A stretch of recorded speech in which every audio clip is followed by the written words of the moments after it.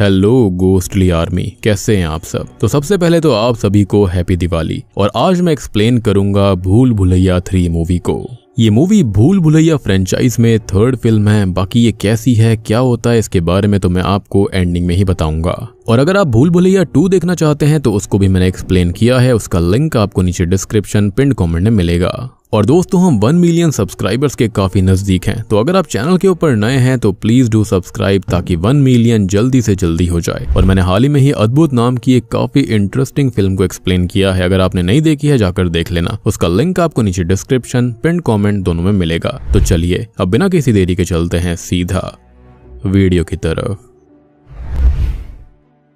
तो मूवी की शुरुआत होती है रक्त घाट 1824 यानी कि 1824 में, जहां पर हम किसी लेडी को मेरे ढोलना सॉन्ग पर नाचते हुए नोटिस करते हैं कि तभी वहां के महाराज आकर उस लेडी को थप्पड़ मारकर घसीटते हुए पुरोहित जी और अपने आदमियों यानी कि सैनिकों के सामने ही जिंदा जला देते हैं। जिंदा जलाने वाले ने एक मास्क भी लगाया हुआ था। हम नोटिस करते हैं कि उस लेडी की आत्मा बदला लेने लौट चुकी थी। अस्थियों से ही आत्मा प्रकट होती है और इसी मास्क से वो अपने चेहरे को छुपाकर सबसे पहले उस सैनिक को जलाती है जिसने कि उसको जलाया था। खैर, अब यहाँ से सीन प्रेजेंट टाइम में आता है, जहाँ पर हम रूह बाबा यानी कि रूहान को देखते हैं, जो कि भूल भुलैया 2 मूवी के रूह बाबा से अलग है। यानी कि ये भी रूह बाबा वाला कैरेक्टर है लेकिन not the same one. Anyways, Roohan का एक असिस्टेंट है टिल्लू यानी कि छोटे मियाँ, जिसके साथ मिलकर वो सबको लूटते हैं। उनकी प्रॉब्लम्स को सॉल्व करता है भूत को बहाना लेकर और बदले में उनसे पैसे लेता है, जिसके चलते एक राजघराने का व्यक्ति रूहान को बुलवाता है कि उनके जीजाजी यानी कि राजा साहब की बेटी मीरा 1 साल पहले खत्म हो गई थी और उनको उसकी आत्मा से बात करनी है। रूहान ऐसा ही करता है। उसको लग रहा था कि वो उनको भी लूट लेगा, लेकिन इस बार सच में उसके सामने उसकी आत्मा आ जाती है, जिससे कि वो डर जाता है। और ये सब कुछ मीरा और उसके मामा ने रिकॉर्ड कर लिया था, यानी कि ये सब झूठ था, एक सेटअप था और वो बस देखना चाहते थे कि रूह बाबा फ्रॉड है या फिर नहीं। लेकिन वो फिर भी उसको माफ करते हैं और अपने साथ रक्त घाट चलने के लिए कहते हैं, जिसके बदले उसको 1 करोड़ रुपए मिलने वाले थे। और बस रूहान, मीरा और उसके मामा जी ट्रेन में बैठकर रक्त घाट निकल पड़ते हैं। अब रक्त घाट आते ही हर कोई रूहान को घूरे जा रहा था। अब जो राजा साहब का परिवार है वो डर की वजह से महल के अंदर नहीं बल्कि उसके सामने गाय के अस्तबल में रह रहे थे। रीजन होता है कि महल के अंदर मंजुलिका नाम की भूतनी का वास था और वो किसी को वहां पर टिकने नहीं देती। यहाँ राजा साहब, उनकी बीवी मीरा, उसकी छोटी बहन, छोटा भाई और राजा का बॉडीगार्ड फौलाद सिंह समेत सभी काफी गरीबी में जी रहे थे। अब मीरा और उसका मामा रूहान को यहाँ पर इसलिए लेकर आए थे ताकि वो भूत प्रेत दूर करके इस महल को भूत से आजाद कर दे, ताकि महल को वो बेच पाए। एक इंटरेस्टिंग चीज की रूहान की रिंगटोन वीराना मूवी का म्यूजिक होता है। खैर, अब रात में रूहान की मुलाकात होती है पुरोहित जी से, जो कि रूहान को देखते ही उन्हें राजकुमार कहने लगता है। अब महल के अंदर आते ही रूहान के साथ काफी सारी हॉन्टिंग चीजें होती हैं, लेकिन पुरोहित जी काफी ज्यादा भावुक होकर रक्त घाट का पास्ट उसको बताते हैं। तो असल में सालों पहले यहाँ के जो महाराज हुआ करते थे, उनकी एक बेटी थी जिसका नाम मंजुलिका था। मंजुलिका गाने, नाचने और शस्त्र कला में नंबर 1 थी। कोई भी उसके आसपास नहीं था, तो मंजुलिका को ये लगा कि इस राज्य की गद्दी उसकी ही होगी। लेकिन कुछ ही समय के बाद राजा को एक दासी से एक लड़का पैदा होता है, जिसका नाम राजकुमार देवेंद्र नाथ रखा गया था। समय बीता और मंजुलिका अपने भाई से नफरत करती थी और ये नफरत उस दिन आसमान छू गई जब राजा ने देवेंद्र को अपना उत्तराधिकारी चुन लिया। बस मंजुलिका ने देवेंद्र को गुस्से में आकर मार डाला। यानी कि जो स्टार्टिंग वाला सीन था वो मंजुलिका थी जिसको जलाया गया, और ऐसा पुरोहित जी ने बताया। अब पुरोहित जी के पूर्वजों ने एक खास यज्ञ करके पवित्र तेल बनवाया और मंजुलिका को हमेशा के लिए एक कमरे में कैद कर दिया, जिसके ऊपर भैरव कवच लगाया गया था। और तब से ही ये महल हॉन्टेड था। रूहान कोई और नहीं बल्कि देवेंद्र नाथ का ही पुनर्जन्म है। और ऐसी भविष्यवाणी पुरोहित जी के पूर्वजों ने करी थी कि दुर्गा अष्टमी के दिन ही राजा के खानदान का कोई पुनर्जन्म लेकर मंजुलिका को रोक सकता है। लेकिन तब तक ये दरवाजा खुलना नहीं चाहिए। सिर्फ दुर्गा अष्टमी के दिन ही रूहान दरवाजे को खोलकर मंजुलिका को खत्म कर सकता है। और इसलिए ही जब रूहान यहाँ आया था तो सब उसको अजीब तरह से घूर रहे थे। और अब आपको ये भी समझ में आया होगा कि राजा और बाकी सब इस महल के अंदर क्यों नहीं रुक रहे थे, क्योंकि यहाँ पर हॉन्टिंग्स वगैरह होती जा रही थी। अब रूहान तो उल्टा इससे खुश हो जाता है कि वो तो राजकुमार है। रात को सभी गांव वालों से वो मिलता है, क्योंकि हर साल गांव वाले मिलकर मंजुलिका की मूर्ति को जलाते थे, लेकिन इस साल वो रूहान के हाथों होगा। तभी अचानक से एंट्री होती है नटवर यानी कि छोटा पंडित, जगन्नाथ शास्त्री, बड़े पंडित और उसकी बीवी पंडितायन की, जो कि सबको ये बोलते हैं कि रूहान फ्रॉड है, लेकिन उल्टा रूहान उनको महल के अंदर ही काम करवाने लगता है, जिससे कि वो तीनों काफी परेशान रहने लगते हैं। एनीवेज अब गांव वाले राजा को उधार देना शुरू कर देते हैं कि राजकुमार आ चुका है, जिससे कि ये खाना खाएंगे और महल को रेनोवेट करेंगे, यानी कि इनकी हालत बहुत ही ज्यादा खराब थी। अब रेनोवेशन के लिए मीरा ने बुलाया था कौशिक जी को, लेकिन वहां पर मलिका आती है। यहाँ पर पहले कौशिक जी आते, लेकिन मलिका कहती है कि वो लंबी छुट्टी पे गए हैं, जिसके बदले में वो यहाँ पर आ चुकी है। अब रात में होता यह है कि रूहान को मीरा का एक डरावना सपना आता है और हम नोटिस करते हैं कि उसकी साइड में खिड़की के पास मलिका खड़ी हुई थी, जिसके बाद मलिका मंजुलिका के सारे हथियारों को बड़े ध्यान से छू रही होती है, देख रही होती है कि तभी राजा साहब और उनके साले साहब आते हैं कि मंजुलिका सबसे तेज हुआ करती थी, शस्त्र चलाने में उसके जैसा कोई नहीं था। कि तभी मलिका पीछे मुड़कर एक नाइफ फेंकती है कि क्या इस तरह से उनको लगता है कि वो मिस हो गया, लेकिन हम नोटिस करते हैं कि वो एक ततैये पे जाकर लगा था, यानी कि मलिका जो दिख रही थी वो बिल्कुल नहीं है। अब रात में फिर से रूहान को रेडियो से आवाज आने लगती है कि वो इस महल से चला जाए। काली बिल्ली उस पर हमला करती है, जिससे कि वो काफी डर गया था। कि तभी देवेंद्र नाथ की पेंटिंग भी जल जाती है, जिससे कि सभी शॉक्ड हो गए थे, लेकिन मलिका वॉज लाइक कि एक पेंटिंग ही तो है, इसके ऊपर इतना डरना क्या है। अब अगले दिन टिल्लू रूहान के पास आ जाता है ये बताते हुए कि शहर में उनका भांडा फूट चुका है। एसीपी राठौड़ उनके पीछे है, ना ही वो महल छोड़ सकते हैं ना ही शहर जा सकते हैं, क्योंकि मीरा और उसका मामा तो उसे ब्लैकमेल करके यहाँ पर लेकर आए थे, और अगर महल छोड़ा तो उनका वीडियो वायरल हो जाता, जिसके चलते वो कहीं पर भी नहीं जा सकते थे।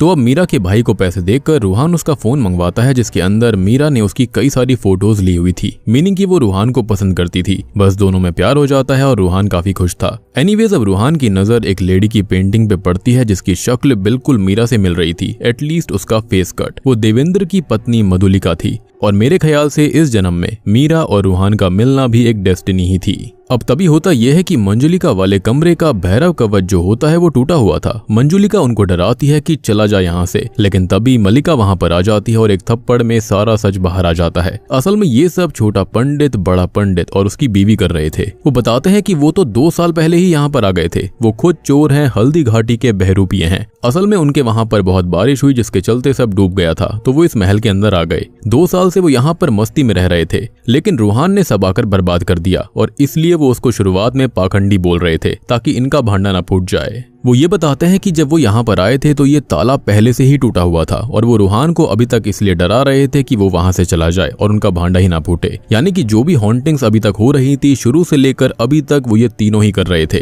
खैर अब आसपास सभी को ये मैसेज जाना जरूरी था कि यहाँ कोई भूत नहीं है, लेकिन डायरेक्टली बोलते तो उनके पूर्वज गलत हो जाते। इसलिए रूहान यहाँ पर एक यज्ञ करके गेट को दुर्गा अष्टमी से पहले ही खोलने की सलाह देता है। यहाँ पर खाली नाटक करना था, जिसके अंदर मलिका को मंजुलिका बनना था, जिसके लिए वो राजी हो जाती है। अब इसमें छोटा पंडित, बड़े पंडित और पंडिताइन को आग, बर्फ और धरती पे लोट पोट करके ये चीज करनी थी, यानी कि यज्ञ में साथ देना था। लेकिन होता यह है कि स्ट्रेंजली मलिका बंगाली में रूहान पे गुस्सा करने लगती है, जो कि बहुत ही अजीब था, और मेरे ख्याल से ये भूल भुलैया 1 का एक रेफरेंस भी है। बट अल्टीमेटली होता यह है कि हर जगह ये बात फैल गई थी कि अब जो महल है वो भूत मुक्त हो गया है, इसलिए महल को खरीदने के लिए बड़े बड़े लोग शहर से आने लगते हैं। लेकिन अब अचानक से ही मलिका एक जगह पे कुछ रेनोवेशन का काम करवा रही थी कि तभी वो दीवार गिर पड़ती है, जहाँ पर एक छिपा हुआ रास्ता था, यानी कि एक सीक्रेट पैसेज था। नीचे जाकर देखने पर वहाँ पर सेम टू सेम दरवाजा था, जिसके ऊपर भैरव कवच चढ़ा हुआ था, यानी कि एक महल के अंदर 2 दरवाजे। अब पुरोहित जी भी इससे शॉक्ड हो गए थे कि ये कैसे हो सकता है, लेकिन वो गेट को ना खोलने की चेतावनी देकर राजमहल का इतिहास पढ़ने निकल जाते हैं। लेकिन रूहान राजा को उकसाकर कहता है कि गेट को आज ही खोल दो। बस गेट खुल जाता है और ढेर सारी रेवन बर्ड्स बाहर आ जाती हैं।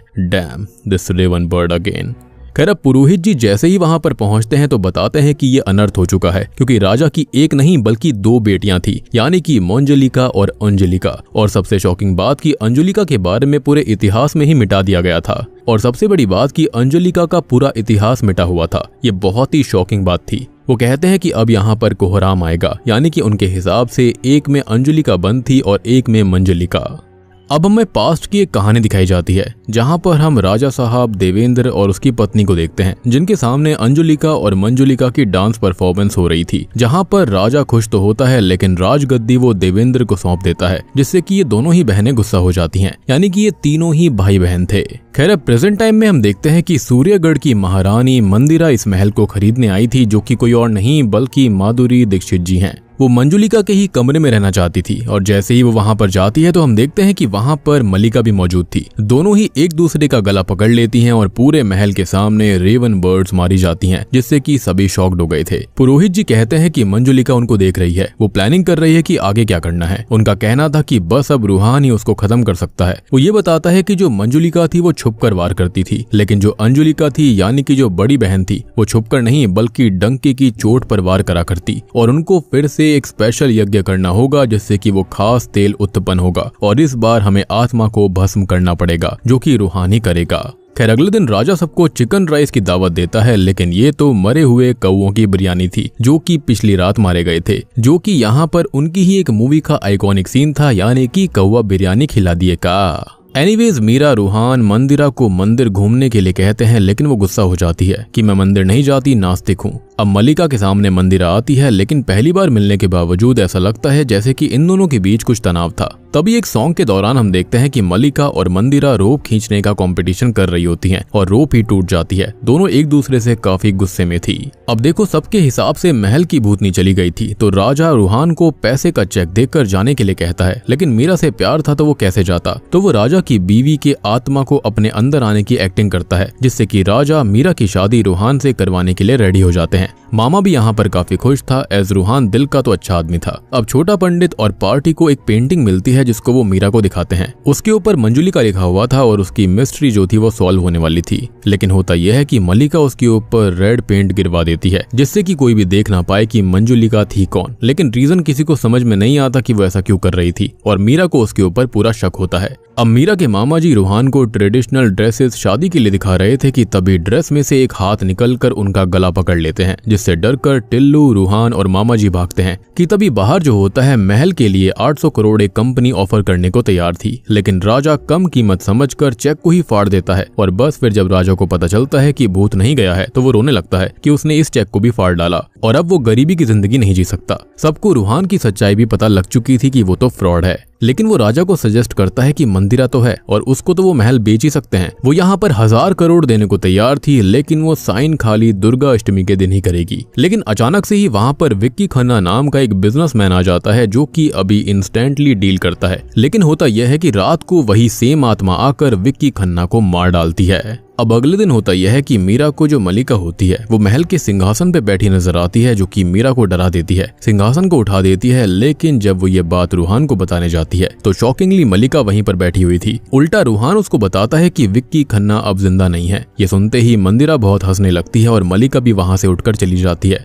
उसको मंदिरा खुद काफी अजीब लग रही थी, लेकिन इसका उल्टा असर होता है और मीरा और रूहान यही सोच रहे होते हैं कि इन दोनों में से ही कोई मंजुलिका है। खैर अब रात में रूहान उसी सीक्रेट रास्ते से होते हुए जा रहा था जहाँ पर मंदिरा और मल्लिका बैठी हुई थी। वो ये कह रही होती है कि वो यही जानना चाहता है ना कि असली मंजुलिका है कौन, और बस वो उसका गला पकड़ लेती है, लेकिन ये बस उसका सपना था। लेकिन सडनली होता यह है कि उसके बगल में मीरा सो रही होती है। वो शॉक्ड हो जाता है कि ये कब हुआ, लेकिन तभी वहाँ पर उसको वही मास्क वाली आत्मा डराती है। मीरा अब अचानक से उठती है, हंसती है और फिर सो जाती है, जिससे कि रूहान बहुत ही ज्यादा डर गया था, जिसके चलते वो पूरी रात महल के बाहर ही काट देता है। अब छोटा पंडित और गैंग बैठे हुए थे कि वहां पर विक्की खन्ना आ जाता है जो कि भूतिया लग रहा था। ये उनको डराता भी है, लेकिन ये असल में कोई और नहीं बल्कि वही मास्क वाली आत्मा थी, यानी कि रियल मंजुलिका। ये भागते हैं, लेकिन तभी एक इनविजिबल वॉल इनको रोक देती है, जिस पर नेटफ्लिक्स वाला जोक भी आया था। रूहान भी अब डर के मारे मीरा को हट बोलकर यहाँ से निकल जाता है, क्योंकि वो उससे अब शादी करना नहीं चाहता था। वो काफी डर चुका था। अब होता यह है कि रूहान वहां से गाड़ी में तो भागता है, लेकिन वो वापस बार बार महल में ही आ जाया करता। इनफैक्ट छोटा पंडित और गैंग भी सेम करता है। वो अपनी रोल्स रॉयल्स यानी कि अपने बैलों के साथ वहां से भागने लगते हैं, लेकिन वो भी बार बार महल में ही आ रहे थे। और इस बीच एक ट्रेजेडी भी हो जाती है कि छोटा पंडित पहाड़ी से नीचे गिर पड़ता है। तभी पुरोहित जी ने अब वो स्पेशल तेल रेडी कर दिया था, और सबसे बड़ी बात कि पुरोहित जी को पहले से ही पता था कि रूहान लोगों को शहर के अंदर रूह बाबा बन के ठगता है, लेकिन उसको अभी भी उसके ऊपर भरोसा था कि वही कुछ कर सकता था। अब जिस तेल को मंजुलिका की आत्मा के ऊपर छिड़कना था, उसको बड़ा पंडित उसकी बीवी अपने सर में लगा लेते हैं, जिसके बाद मीरा के साथ कुछ होता है। वो अजीब सी हरकत करती है और उसने सपना देखा था कि वो खुद को आग लगा रही है और रूहान भी साथ में था। अब किसी तरह से रूहान उसे होश में लेकर आता है। मीरा अब ये बताती है कि उसे कुछ याद नहीं है, वो लास्ट मंदिरा के साथ थी। और बस अब गुस्से में आकर वो मंदिरा पे गुस्सा करने लगता है कि तभी अचानक से ही मल्लिका मंदिरा को उठाकर ऊपर ले जाती है और नीचे पटक देती है कि वही मंजुलिका है। अब रूहान को वो मारने ही वाली थी कि तभी उसने वो तेल वहीं पर डालकर आग लगा दी, जिससे कि वो बच गया। कि तभी अचानक से ही मंदिरा हंसने लगती है कि वही असली मंजुलिका है और उसने गलत बहन को जलाया है। जो पेंटिंग लाल रंग से ढक गई थी, आपको याद होगा, उसको शहर में रीस्टोर होने के लिए भेजा गया था, जिसका फोटो फोन पे आया था, जहाँ पर मंजुलिका विद्या बालन ही थी, यानी कि मल्लिका। लेकिन तभी अचानक से ही उनको बचाने जवान आ जाता है। जी हाँ, लेकिन ये जवान नहीं बल्कि टूटा हुआ पंडित था, जो कि बचते बचाते यहाँ पर आया था, जिसको मार पीट कर मंदिरा ठीक करती है कि रूहान उस पर भी तेल डालने वाला था। लेकिन मल्लिका उसको रोकती है कि ये सब गलत है, मंदिरा के अंदर मंजुलिका हो ही नहीं सकती और अब राज पर से पर्दा उठेगा, जो कि इतने साल से राज रहा था। और दोस्तों, अब यहाँ पर खुलते हैं इस मूवी के असली पत्ते। यहाँ पर असल में मल्लिका और मंदिरा तो इंसान ही हैं। इनके अंदर एक आत्मा आ रही थी, जो कि उस रात दरवाजा टूटने से आजाद हुई, जो कि कोई और नहीं बल्कि राजकुमार देवेंद्र नाथ की थी। जी हाँ, रियलिटी में हुआ यूं था कि देवेंद्र नाथ हमेशा से एक लड़के के रूप में लड़की थी। उसके अंदर लड़कों जैसी कोई फीलिंग नहीं थी। एक रात को उसकी दोनों बहनों ने उसे पकड़ लिया था कि वही रातों को नाचता है और गाता है। वो कहती है कि इसमें कोई बुराई नहीं है और वो उसको सब कुछ बता दे, वो उसकी प्यारी बहनें हैं। वो ये भी कहता है कि वो अपनी बहनों से बहुत प्यार करता है। फिर वो उसको नाचने के लिए भी कहती हैं। लेकिन इतने में ही मंजुलिका जो है वो सीधा ही अपने पिता को बुलाती है कि देखो, जिस बेटे को चुना गया था वो तो मर्द ही नहीं है। और बस फिर क्या था, वही स्टार्टिंग वाला सीन आता है जहां पर एक लेडी को थप्पड़ मारा गया था। लेकिन वो लेडी नहीं थी बल्कि वो देवेंद्र नाथ था, जिसको जिंदा जला दिया गया। यानी कि यहाँ पर मंजुलिका कभी थी ही नहीं। लेकिन एक राजा के लिए काफी बेइज्जती वाली बात हो चुकी थी, जिसके चलते उसने अपनी ही बेटियों को राज्य से निकाल दिया कि उन्होंने गद्दी के लालच में अपने ही भाई की बेइज्जती करवा दी, जिसके चलते राजा को ये कदम उठाना पड़ा। वो चाहती तो उसको पर्सनली ये बात आकर बताई जा सकती थी, लेकिन राजगद्दी के लालच में उन्होंने ऐसा किया, यानी कि देवेंद्र जला दिया गया। शायद उसकी बीवी ने भी खुद को आग लगाई होगी, तभी मीरा को ऐसा सपना आया था। माइट भी देवेंद्र की आत्मा ने ही ऐसा सपना इंड्यूस किया होगा। अब देवेंद्र नाथ की आत्मा ने अपने पिता और बाकी सैनिकों को सबको मार तो दिया, लेकिन पुरोहित जी ने पंडितों के साथ मिलकर उसको अंदर बंद कर दिया उसी दरवाजे के पीछे, और जस्ट उसके ऊपर एक सेम दरवाजा बनवाया ताकि असली देवेंद्र तक कोई पहुंच ही ना पाए, यानी कि वो सीक्रेट रास्ता जो था। बात रही अंजुलिका के बारे में, तो राजा के परिवार से उसे पूरी तरह से मिटा दिया गया था सजा के रूप में, यानी कि उसकी हिस्ट्री ही मिटा दी गई। और तभी किसी को भी राजा की 2 बेटियां हैं ऐसा नहीं पता था। सब जगह इनफैक्ट ये कहानी फैलाई गई थी कि देवेंद्र को मंजुलिका ने मारा है और फिर मंजुलिका को ही जलाया गया था। उसी की आत्मा वहां पर महल के अंदर कैद थी, जबकि असली आत्मा तो देवेंद्र की कैद थी और अंजुलिका का नाम ही पूरी हिस्ट्री से मिटा दिया गया। यानी कि यहाँ पर पूरी कहानी को ही उल्टा पुल्टा कर दिया गया था ताकि राजा की बदनामी ना हो। और अब फाइनली देवेंद्र की जो आत्मा होती है वो रूहान के हाथ से तेल लेकर फेंक देता है और सबको वो जलाने वाला ही होता है कि तभी वो खुद नोटिस करता है कि वो खुद उस तेल पे खड़ा हुआ है, जिसके चलते उसकी आत्मा वहीं कैद सी हो जाती है। और पुरोहित जी ये कहते हैं कि असल में अंजुलिका और मंजुलिका का पुनर्जन्म मंदिरा और मल्लिका के रूप में हुआ है, ना कि रूहान का पुनर्जन्म हुआ है। और शुरुआत से ही मंदिरा और मल्लिका के साथ देवेंद्र की आत्मा यही कर रही थी। शुरू में दोनों ने एक दूसरे का गला पकड़ा था, वो भी देवेंद्र ने करवाया। वो चाहता था उसको मार सकता था, लेकिन उसने उनको तड़पाना चाहा। यानी कि जो देवेंद्र की आत्मा थी जब से वो आजाद हुई थी, यानी कि जब वो गेट खुला था, उसके बाद से ही जो कोई भी हॉन्टिंग महल के अंदर हुई थी वो सब देवेंद्र ने करवाई थी ताकि वो अपना बदला ले सके। लेकिन दोनों बहनें अपनी ही की हुई गलती नहीं दोहराती। देवेंद्र बहुत मासूम था, उसने अपनी बहनों पे भरोसा किया था, वो उनसे काफी प्यार भी करता था। इसलिए मल्लिका और मंदिरा उससे माफी मांगती हैं कि उन्होंने उसके साथ गलत किया। वो चाहे तो उनको मार दे लेकिन बाकी सबको छोड़ दे। लेकिन देवेंद्र हमेशा से यही चाहता था कि उसको रेस्पेक्ट मिले, प्यार मिले, बहन उसको रिकॉग्नाइज करें, जिसके चलते उसके आंसुओं के साथ ही उसका गुस्सा बह जाता है और उसे मोक्ष की प्राप्ति हो जाती है। मूवी के अंत में हम देखते हैं कि मल्लिका ने कौशिक जी को मारा नहीं था, वो सच में छुट्टी पे गोवा गए थे और उसको बचपन से इस महल के सपने आया करते थे एंड इवेंचुअली वो यहाँ पर आ गई। मंदिरा बताती है कि उसका तो असली नाम मंदिरा है ही नहीं, वो तो किसी और ही काम से यहाँ पर आई थी। लेकिन महल में आते ही वो खो सी गई क्योंकि उसका भी पास्ट यहीं से जुड़ा हुआ था, यानी कि उसका भी पुनर्जन्म हुआ था। उसका real name shockingly ACP Rathore होता है। जी हाँ, वही एसीपी जो कि रूहान को पकड़ना चाहती थी, लेकिन अब शायद वो ऐसा नहीं करने वाली। और अब इन दोनों को ही अपना पिछला जन्म याद आ गया था और अब इनके मन में महल को लेकर वो लालच भी नहीं था, क्योंकि लालच कितनी बुरी बला होती है आप देख सकते हो। और बूम, इसी के साथ में भूल भुलैया 3 मूवी यहीं पर खत्म हो जाती है। तो दोस्तों ये थी भूल भुलैया 3 फिल्म की कहानी, और मैं बताऊं पर्सनली तो यहाँ पर नहीं एक बिल्कुल रोलर कोस्टर राइड की तरह रहा है। कई मोमेंट्स काफी अच्छे थे, कई मोमेंट्स काफी बेकार और कई मोमेंट्स काफी मीडियोकर थे। यहाँ पर मैं इसको बहुत बेकार भी नहीं कह सकता, बहुत ही ज्यादा अच्छा भी नहीं बोल सकता, लेकिन यह है कि हाँ मूवी वन टाइम वॉचेबल तो है, एक बार देखी जा सकती है। इसको आप ना बिल्कुल स्टैंड अलोन मूवी की तरह देखो, ऐसा समझो कि भूल भुलैया 3 नहीं है बल्कि कोई और ही मूवी है। इसको और आसान भाषा में बताऊं तो इसको आप भूल भुलैया का मल्टीवर्स वाला चीज समझ लेना कि एक भूल भुलैया अलग जगह पर बनी है और दूसरी वाली अलग जगह पर। बाकी आप लोग बताना कि आपने अगर इस मूवी को देखा तो आपको ये फिल्म कैसी लगी। हालांकि मुझे उम्मीद है कि ये मूवी पैसा जरूर कमा लेगी, क्योंकि जो थिएटर्स थे वो पूरे फुल थे। ऑब्वियस सी बात है कि भूल भुलैया 2 की सक्सेस के बाद स्टेक्स काफी हाई हो जाते हैं। एनीवेज अब बताना कि आपको ये फिल्म कैसी लगी। वीडियो पसंद आई हो तो लाइक कर देना, चैनल के ऊपर नए हैं तो सब्सक्राइब कर लीजिए, क्योंकि हम 1 मिलियन सब्सक्राइबर्स के काफी नजदीक हैं। तो जल्दी से सब्सक्राइब कर लीजिए, क्योंकि रोड टू 1 मिलियन शुरू हो चुका है। तो मैं आप सबको मिलता हूँ अगली वीडियो के साथ में, तब तक के लिए